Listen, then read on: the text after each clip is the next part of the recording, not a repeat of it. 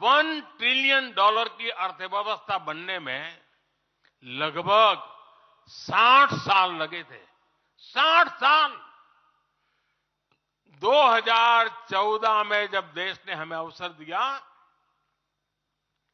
तो 2 trillion mark भी बहुत बड़ा लग रहा था, लेकिन 10 वर्षों में हमने अपनी अर्थव्यवस्था में $2 ट्रिलियन और जोड़ दिया। एक के लिए 60 साल, 10 साल में 2 और जोड़ दिया।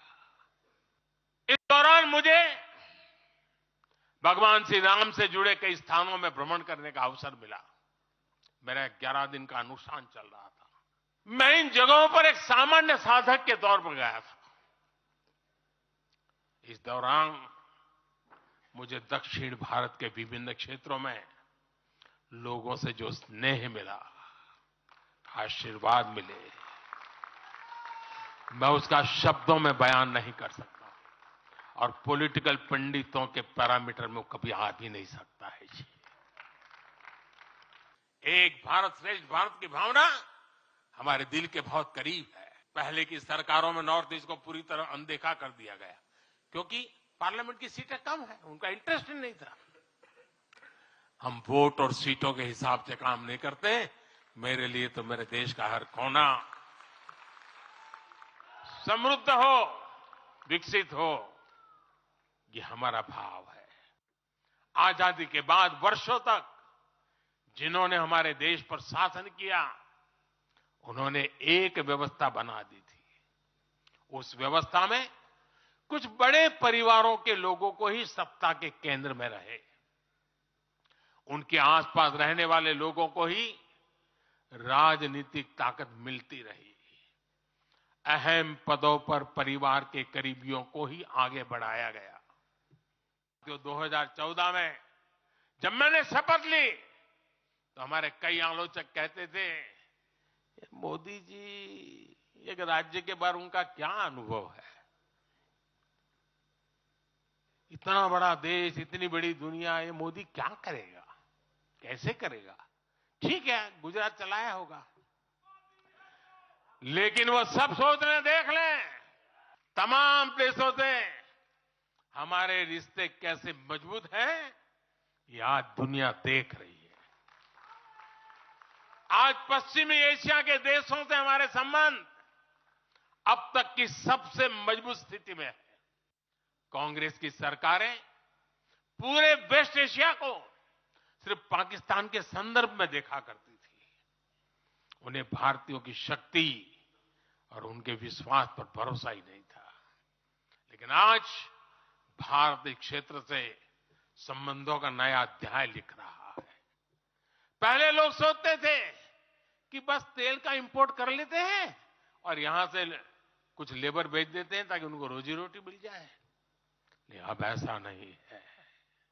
आज ट्रेड, टेक्नोलॉजी, टूरिज्म, ऐसे अनेक क्षेत्रों में हमारे संबंध बहुत बेहतर हैं और हम निरंतर विकास कर रहे हैं।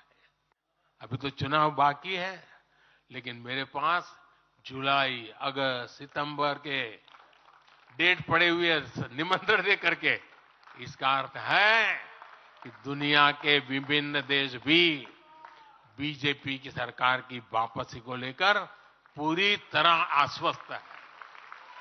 दुनिया का हर देश जानता है, दुनिया की हर शक्ति जानती है, आएगा तो साथियों, कांग्रेस से देश को बचाना, देश के हर नागरिक को बचाना,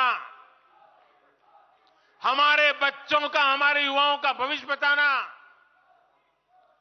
बीजेपी के प्रत्येक कार्यकर्ता का दायित्व है। कांग्रेस अस्थिरता की जननी है। कांग्रेस परिवारवाद की जननी है।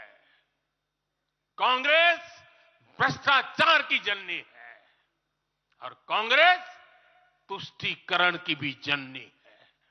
आज भी ये लोग अस्थिरता पैदा करने के लिए नई नई साजिशें कर रहे हैं। इन लोगों ने मिलकर जो गठबंधन बनाया है, उसकी भी यही पहचान है। कांग्रेस के पास विकास का एजेंडा नहीं है, फ्यूचर का रोड मैप नहीं है। ये देश को कभी भाषा के आधार पर तो कभी क्षेत्र के आधार पर बांटने में जुटे हुए हैं। कांग्रेस में लड़ाई चल रही है और बड़ी तगड़ी लड़ाई चल रही है, लेकिन मजा यह है कि सिद्धांतों की नहीं चल रही है, योजनाओं को समझ में नहीं चल रही है। कांग्रेस में एक वर्ग है जो कहता है कि मोदी से तीखी नफरत करो, मोदी पर व्यक्तिगत आरोप लगाओ, मोदी की छवि खराब करने के लिए हर हथकंडे अपनाओ। एक वर्ग है। कांग्रेस के अंदर एक दूसरा वर्ग भी है जो कांग्रेस की मूल परंपराओं से निकला हुआ है, जो कहता है कि मोदी पर व्यक्तिगत आरोप, नफरत से कांग्रेस को बाहर निकालो, इससे कांग्रेस को और ज्यादा नुकसान होता है। यानी कांग्रेस हमसे सैद्धांतिक मुद्दों पर लड़ाई नहीं लड़ रही है।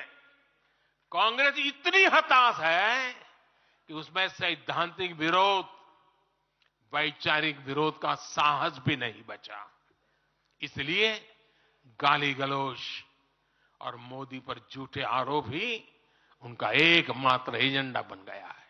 हमें सिर्फ सरकार बनाने के लिए लोगों को नहीं जोड़ना, बल्कि देश बनाने के लिए भी तो लोगों को जोड़ना है। जो किसी भी कारण से अभी भी भाजपा से दूर है, उन तक हमें पहुंचना है। सबका साथ, सबका विकास ही हमारा मंत्र है। हमारे स्वतंत्रता सेनानियों ने जो सपने देखे थे, अब उन्हें पूरा करने का समय आ गया है और इसके लिए भाजपा जरूरी है। इसके लिए अब की बार 400 पार, अब की बार इस मिशन पर हमें जुट जाना है।